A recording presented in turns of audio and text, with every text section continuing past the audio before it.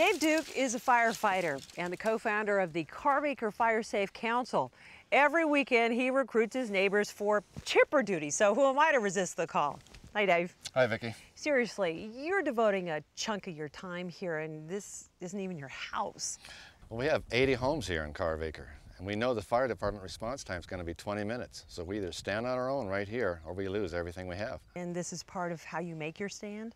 That's right. The brush used to grow right up close to the roads and around most of the houses. But now I feel like we have pretty good clearance. So it's good work. I mean, is this something you charge for? No, we don't charge. We do ask for donations, but most of our funding comes from federal grants. Money certainly well spent. Thank you so much for your time. And if you have a fire safety program that is in need of financial help, you'll want to check with the National Fire Plan. They're on the web at grants.firesafecouncil.org. Greg is up in Butte County. I sure hope he's breaking a sweat. Not only am I not sweating, Vicki, but I'm in paradise. Paradise, California, that is. It's a town of about 27,000 people up in the foothills east of Chico. Now, this area I'm standing in now is known as a shaded fuel break. What that means is they've cleared away a lot of the ground level brush and thinned out quite a few of the smaller trees. What that leaves is a much less volatile canopy overhead. In the days before Smokey Bear exhorted us to prevent all forest fires, nature routinely used fire to clear the forest floor. The result was a landscape like this, where a fire is less likely to become a major disaster. This fuel break provides an attractive and practical buffer between an advancing wildfire and the homes on the other side. It's one of the many projects supported by members of the Butte County Fire Safe Council, where Brenda Reitmeyer is the hands-on coordinator. Brenda, what got you involved in your community's Fire Safe Council? Well, we're a small, tight-knit group up here, Craig, and we have many friends that have lost home to wildfires. I got involved with the Fire Safe Council because I really don't want to see that happen again. No, of course not. And yet, for a relatively small community, it's a lot of work. It's a pretty big project to take on. Yes, but it must be done, and it must be done by the community. Some of the homes up here are so close together that anything short of 100% compliance is unacceptable. Otherwise, the fire can travel real quickly from home to home. Well, so far, would you say the effort is paying off? Oh, it sure is. And if you have a few more minutes, I'd like to show you another shaded fuel break that was instrumental in saving over 1,000 people's homes. Oh, I would absolutely like to see that. Well, let's go. All right.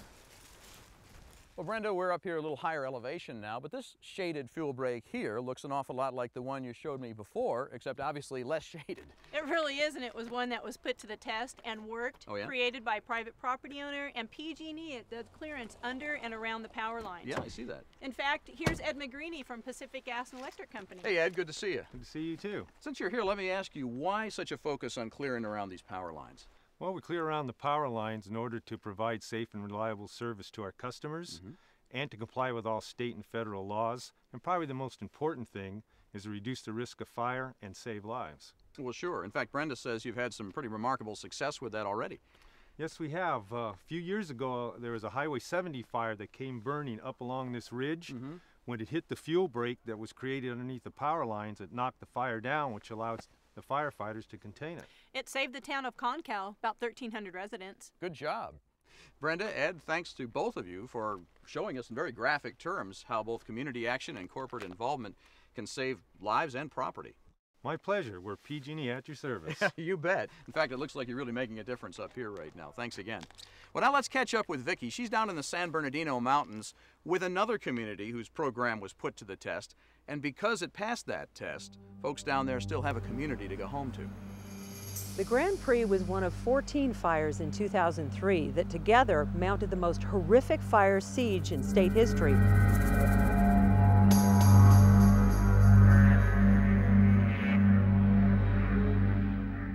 It threatened to destroy all 350 homes in Lytle Creek that year, but nearly all of them survived. Call it a miracle? Not quite.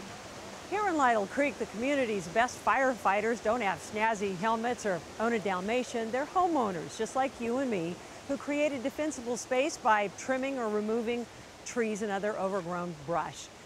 And as Ellen Polema tells us, their hard work paid off. By Marion. Ellen, tell us exactly what happened here. The fire came right behind the homes, and the battalion chief was ready to pull out his crew, and he wasn't sure of the area. The Forest Service rep told him it was safe, we had done our defensible space, so the battalion chief came back in, and they saved our way of life.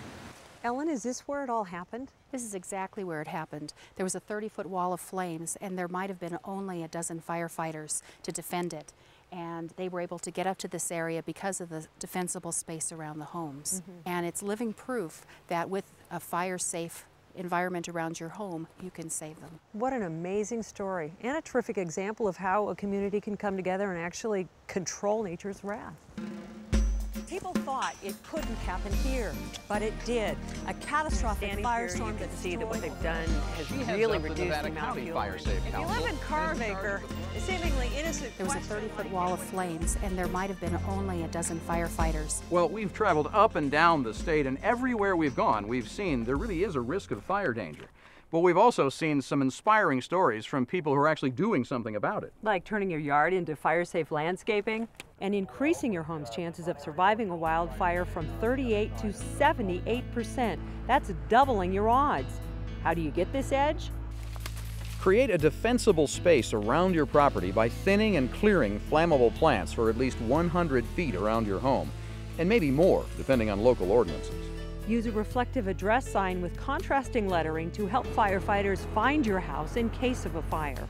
Your roof is the most vulnerable part of your house. Keep trees trimmed back at least 10 feet from structures, and clean leaves off the roof and out of the gutters.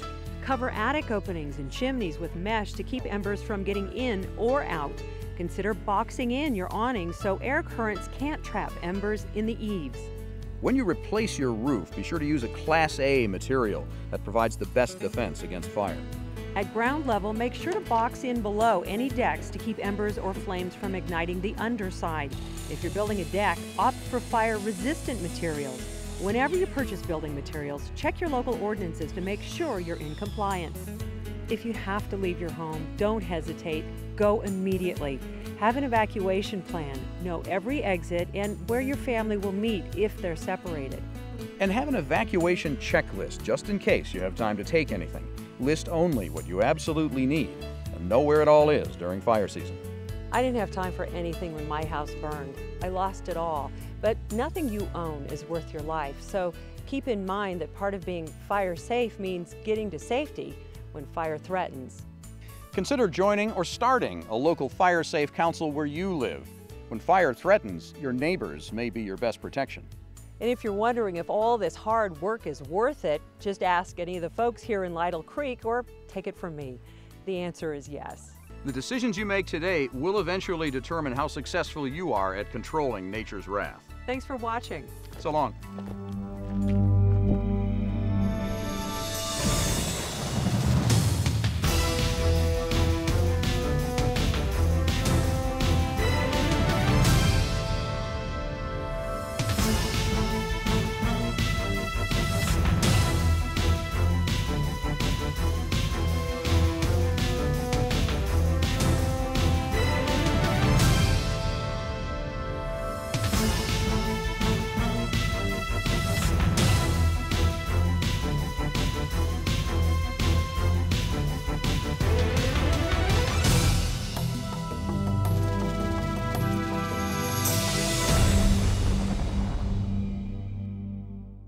California Living Fire Safe is sponsored in part by Pacific Gas and Electric Company. It's the tree trimming efforts and other precautionary measures by PG&E that keep your lights on and your community safe. Learn more at pge.com.